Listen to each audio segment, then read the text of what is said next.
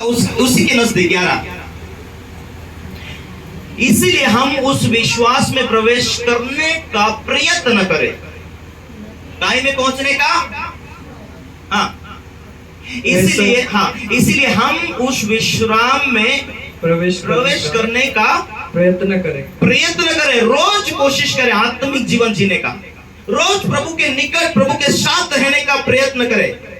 बढ़ो आगे, रोज कोशिश करें, रोज आत्मिक जीवन जीने के लिए कोशिश करें। मेरा रिश्ता परमेश्वर के साथ कैसा है? हालेलुया। एक दूसरे को पूछो, क्या ध्यान है आपका? Hallelujah, hallelujah. परमेश्वर का वचन कहता है, पढ़ो इसे।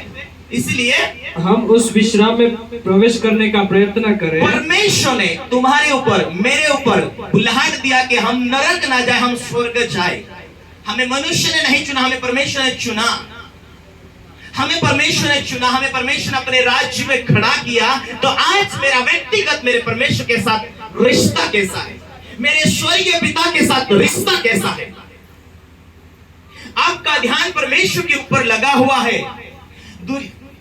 बाइबल ये कहती, दुनिया में कैसा माहौल बने, कैसी परिस्थिति आए, परंतु तेरा विश्वास है कि तुझे परमेश्वर ने चुना। तो तुझे जीना कैसे, चलना कैसे? तरह तरह के लोग तुझे मिलेंगे। चर्चा क्यों जाता है? अपनों में से कहते हैं, विरोध आता है, गरीबी आती है, तरह तरह की परिस्थिति तुझे हराने के लिए आती है।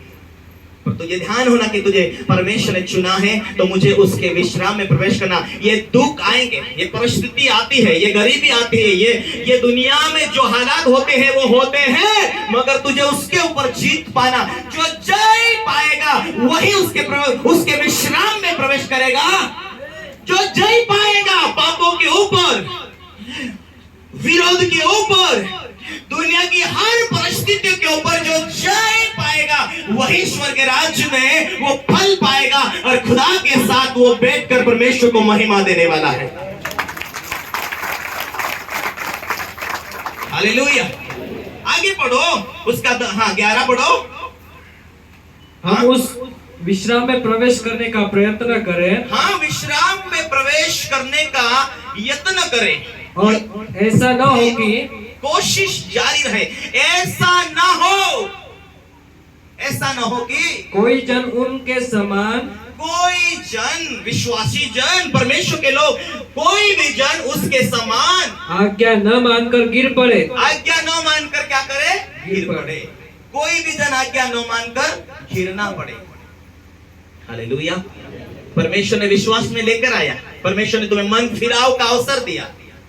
परमेश्वर ने तुम्हें मालूम है आराधना कैसी करनी, प्रार्थना करनी, तुम्हें सारी बातें परमेश्वर की आज्ञा मालूम हो चुकी। हालेलुया। परमेश्वर की बातें तुम्हें मालूम हो चुकी, परंतु आज्ञा ना मानकर गिरना पड़े। शैतान भी आज्ञा मानता था, शैतान भी परमेश्वर की सेवा किया। एक दिन उसने आज्ञा नहीं माना, परमेश्वर के कानून को हल्के में लिया। याकूब और एसाव दोनों भाई थे। हालेलुया। एसाव को क्यों परमेश्वर ने तुच्छ जाना? क्यों वो बार बार गिरता रहा? क्यों उसने आंसू बहा कर प्रार्थना करी, फिर भी उसकी ना सुने गई, फिर भी उसे अयोग्य जाना गया? परमेश्वर ने आज जो तुम्हें ड्यूटी दिया, जो काम दिया, परमेश्वर की स्तुति करना, आराधना करना, और अपने आप को पवित्र रखना, और अपने आप को संसार से बचाए रखना। हालेलुया। बाइबल ये कहते हैं, खाने और पीने से अशुद्ध नहीं होता कोई व्यक्ति, परंतु जो हम सुनते हैं वो मन में आता है, और जो मन में बैठकर मुंह में से निकलता है उससे मनुष्य अशुद्ध होता है। और जब मनुष्य अशुद्ध होता है, मनुष्य पापों में होता है, और पाप के कारण बीमारी आती है। जब पाप बढ़ जाता है तो मृत्यु को जन्म देती है। Hallelujah, hallelujah.